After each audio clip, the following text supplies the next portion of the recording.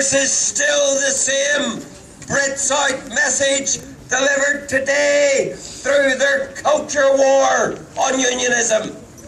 That is what we're seeing, a new phase of the old war against unionism. That is why our flag, our parades, the hymns you can play, the tunes you can play, where you can walk, where you can't walk, that's why it's all under attack. And make no mistake about it, it's not random attack. It's not something that just happens.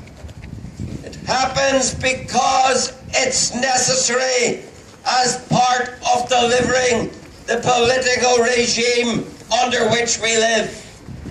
We are governed under the Belfast Agreement.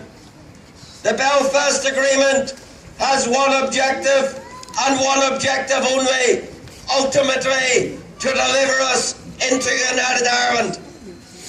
Every step it takes is designed with that purpose in view.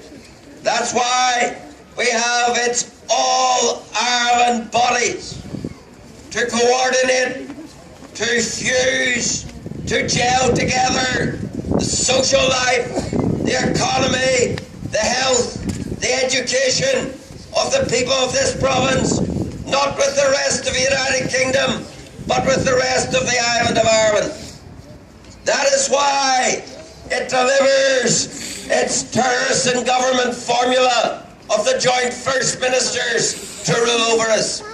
And that is why, ultimately, under the Belfast Agreement, the only referendum you can ever have is one that asks you, are you yet ready to join the Irish Republic? And every time, once it's asked, it must then be asked every 7 years until they get the answer they want. So it's important that we recognise the context in which our flag was torn down in Belfast City Hall. Because every step along the way of the implementation of the Belfast Agreement requires further diminishing of our Britishness. Because if you're ultimately going to get Northern Ireland out of the United Kingdom into an all-Ireland republic, you must step by step reduce its British links. And of course the flag itself is the ultimate symbol of British sovereignty in this part of Ireland. That is what it signifies. That is why it is and was in Belfast City Council the primary target, because the tearing down of the flag is a diminution in the British sovereignty in this land.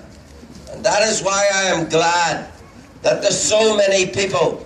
It was a wake-up call to what's happening in this province, which has been stolen under our very eyes.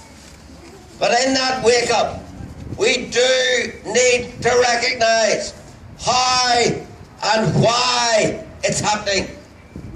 The how and the why is the Belfast Agreement. Ladies and gentlemen, we live under a system. It shouldn't surprise you, the product of that system. If you put the IRA in your government, you're going to get IRA policies on your street. If you vote, you get what you vote for. If you vote for those who are in the business of empowering Sinn Féin, then you will get Sinn Féin policies on your streets. And that, of course, is what we are seeing. I mentioned the culture war of Sinn Féin, now delivered from the very top and the very heart of government, courtesy of those who gifted them those positions in government. If you want to start putting it right, then you need to think who you vote for in future elections. Because you do get what you vote for. And if you don't vote, you get what someone else votes for. So the answer lies in our own hands. Challenge to us all, in our own way, but ultimately at the ballot box, is to deliver to our own selves from that plight by voting for those who see the issues, who will identify the issues, who will act on the issues. You know, politics is a bit like life. Just as in life you should do what's right, so in politics you should do what's right. And if it's not right to have terrorists in government, then you shouldn't put them there. And you shouldn't vote for those who put them there. Yeah. So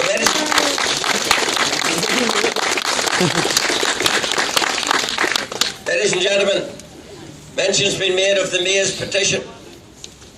Not so long ago, there was the proposition for a stadium at the Mays. But it wasn't allowed to go ahead. But why?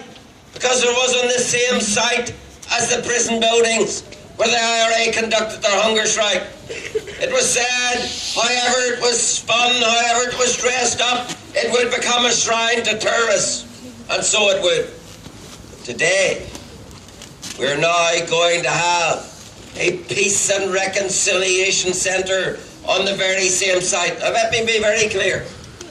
If we need a peace and reconciliation centre, why would you choose to build it on the most divisive site you could find in Northern Ireland? Why not build it on a greenfield neutral site if all you want is a peace centre? The answer, of course, ladies and gentlemen, is that Sinn Féin won't allow it anywhere else. And what Sinn Féin wants, Sinn Féin gets under this regime. That is why there is this petition to give people who were never consulted about the Mays proposition, to give people the opportunity to have their say. If you'd like to have your say against the Mays shrine and all that goes with it, then take the moment it takes, sign the form, take one with you, your friends, your neighbours, your family, and let's show that there is yet a spirit in this country which rises to the challenge of the tearing down of the flag and rises to the challenge of the glorification of terrorism, which the Mays shrine will undoubtedly be. Thank you very much.